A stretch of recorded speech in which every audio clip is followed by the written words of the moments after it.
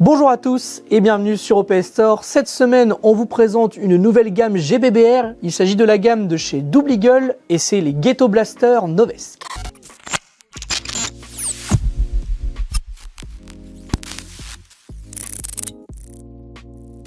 Comme vous pouvez voir juste ici, Double Eagle propose sur son modèle Ghetto Blaster deux modèles.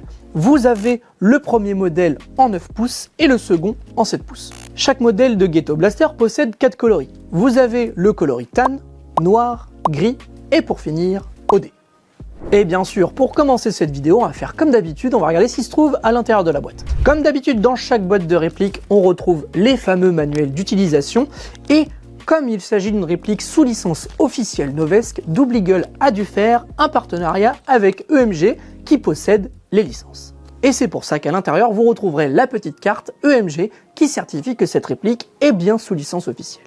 Vous avez aussi une tige de nettoyage et de débourrage, un petit ressort pour votre buffer si jamais il vient à casser ou autre, un petit patch PVC représentant la réplique, le chargeur 35 coups avec ses balles apparentes, et bien sûr pour finir, la réplique. Au niveau des matériaux utilisés pour la conception de ces répliques, on retrouve principalement du full métal. Vous avez quand même quelques parties en polymère, comme d'habitude, ça va être la crosse, la poignée pistolet et quelques parties comme le chargeur ou autre. Sur ces répliques, on retrouve un très long rail Picatinny, ce qui va vous permettre d'accessoiriser correctement votre réplique à l'aide d'un viseur, d'une lunette ou que sais-je. Vous avez aussi un long rail Picatinny sous le garde-main, vous permettant de l'accessoiriser à l'aide d'une poignée ou d'une lampe ou tout simplement d'un laser.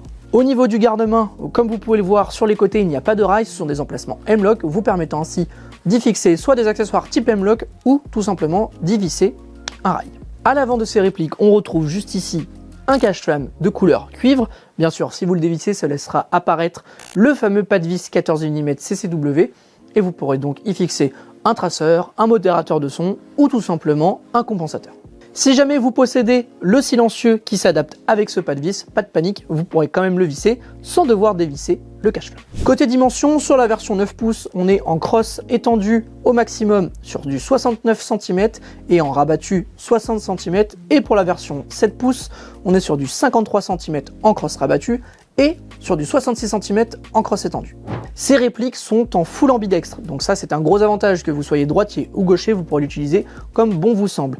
Vous avez le levier d'armement ambidextre, le sélecteur, le bouton d'éjection du chargeur et bien sûr le bolt catch. Sur le corps de ces répliques, on retrouve l'intégralité des marquages officiels Novesque. C'est normal puisqu'elle est en collaboration avec EMG qui possède les licences officielles Novesque. Donc on retrouvera le fameux logo sur le haut, juste au-dessus du levier d'armement, sur le lower à gauche et vous retrouverez les inscriptions officielles Novesque sur le lower à droite. Attention à une chose sur ces répliques, c'est au niveau du sélecteur. Vous avez 3 modes de tir, safe, semi et full auto. Et comme vous pouvez voir, on a l'impression qu'il s'agit d'un sélecteur à 45 degrés, mais pas du tout. Vous allez voir, c'est assez spécial.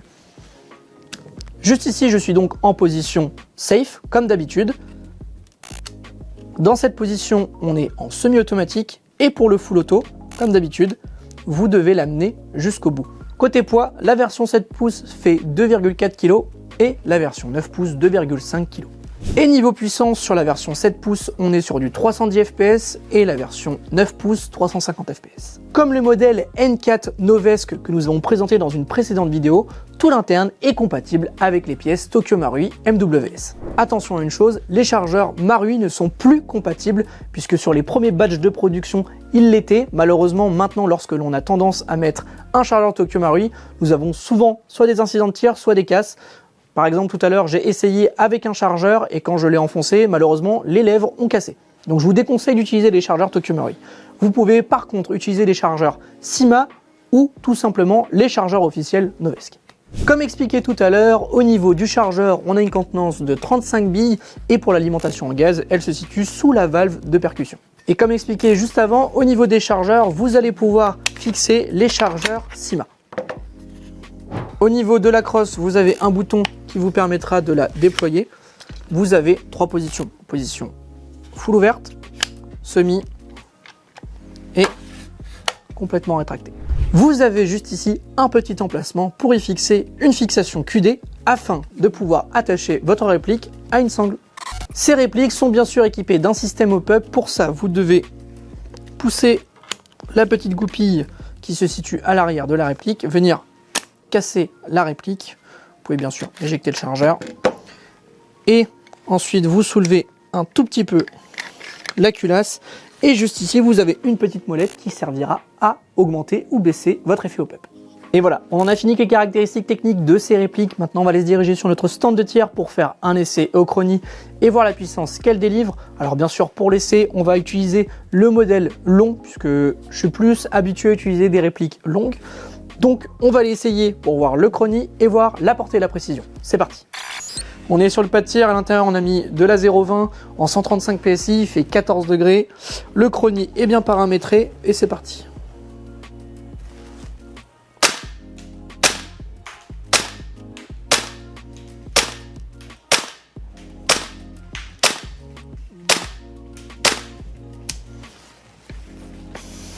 Alors, sur le premier tir, on était assez haut quand même, 1,47. Mais voilà, après ça se stagne, 1,28, 1,23, 1,29. Je pense que j'étais un petit peu trop près sur le premier tir au niveau de l'éjection du gaz dans le Chronie. Donc ça a dû fausser tout simplement. Mais bon, voilà, on est quand même sur du 1,28. Donc on est bien sur la puissance qui était indiquée. Maintenant, on va tester en 0,30. Maintenant, on a mis de la 0,30, toujours même PSI. Il fait toujours 14 degrés. Hop, on clean les anciennes données. On est bien passé en 0,30. Et c'est parti.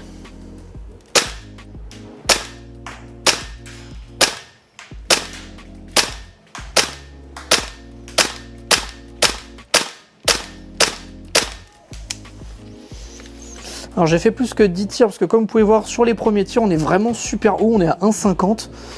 Encore une fois, je pense que là 135 PSI c'est un peu haut. Je vais essayer juste après un petit essai en 110 pour voir. Mais bon, après ça redescend sur du 130, 133, 128. On va faire un essai en 110 pour voir si c'est pas un peu faussé à cause du gaz.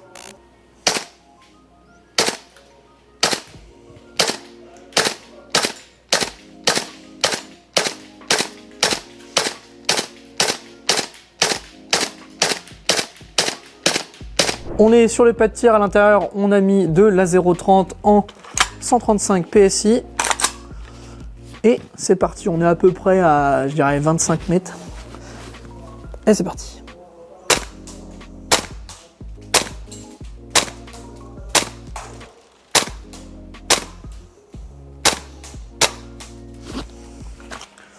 Comme vous pouvez voir, ça marche très très bien. Maintenant, on fait la même chose, mais cette fois-ci en mode full auto.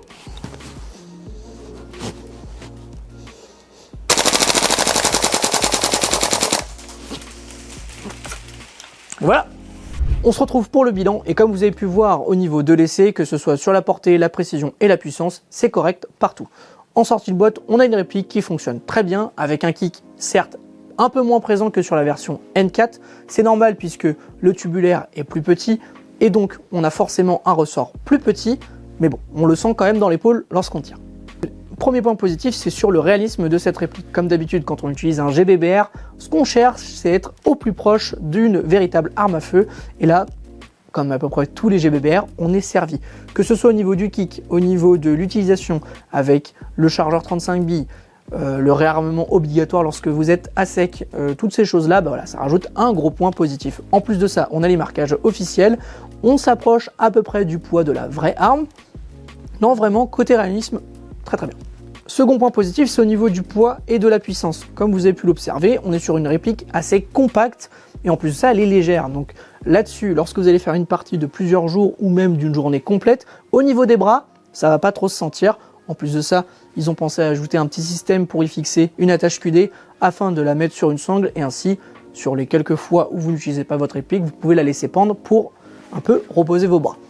Côté puissance, vous l'avez vu, ici on frôle les 1 joule et là, enfin même on est sur des 1 joule et juste ici on est un peu plus haut, voilà, donc vous allez pouvoir les utiliser sur presque tous les terrains, celle-ci tous les terrains, celle-ci un peu moins, donc vous allez peut-être avoir 5 mètres d'engagement, mais bon, c'est quand même jouable partout. Troisième point, c'est au niveau des pièces, c'est full compatible MWS, donc toutes les pièces Tokyo Marui et pièces upgrade qui vont dans une Tokyo Marui MWS, donc ça, côté customisation, upgrade, vous allez être servi.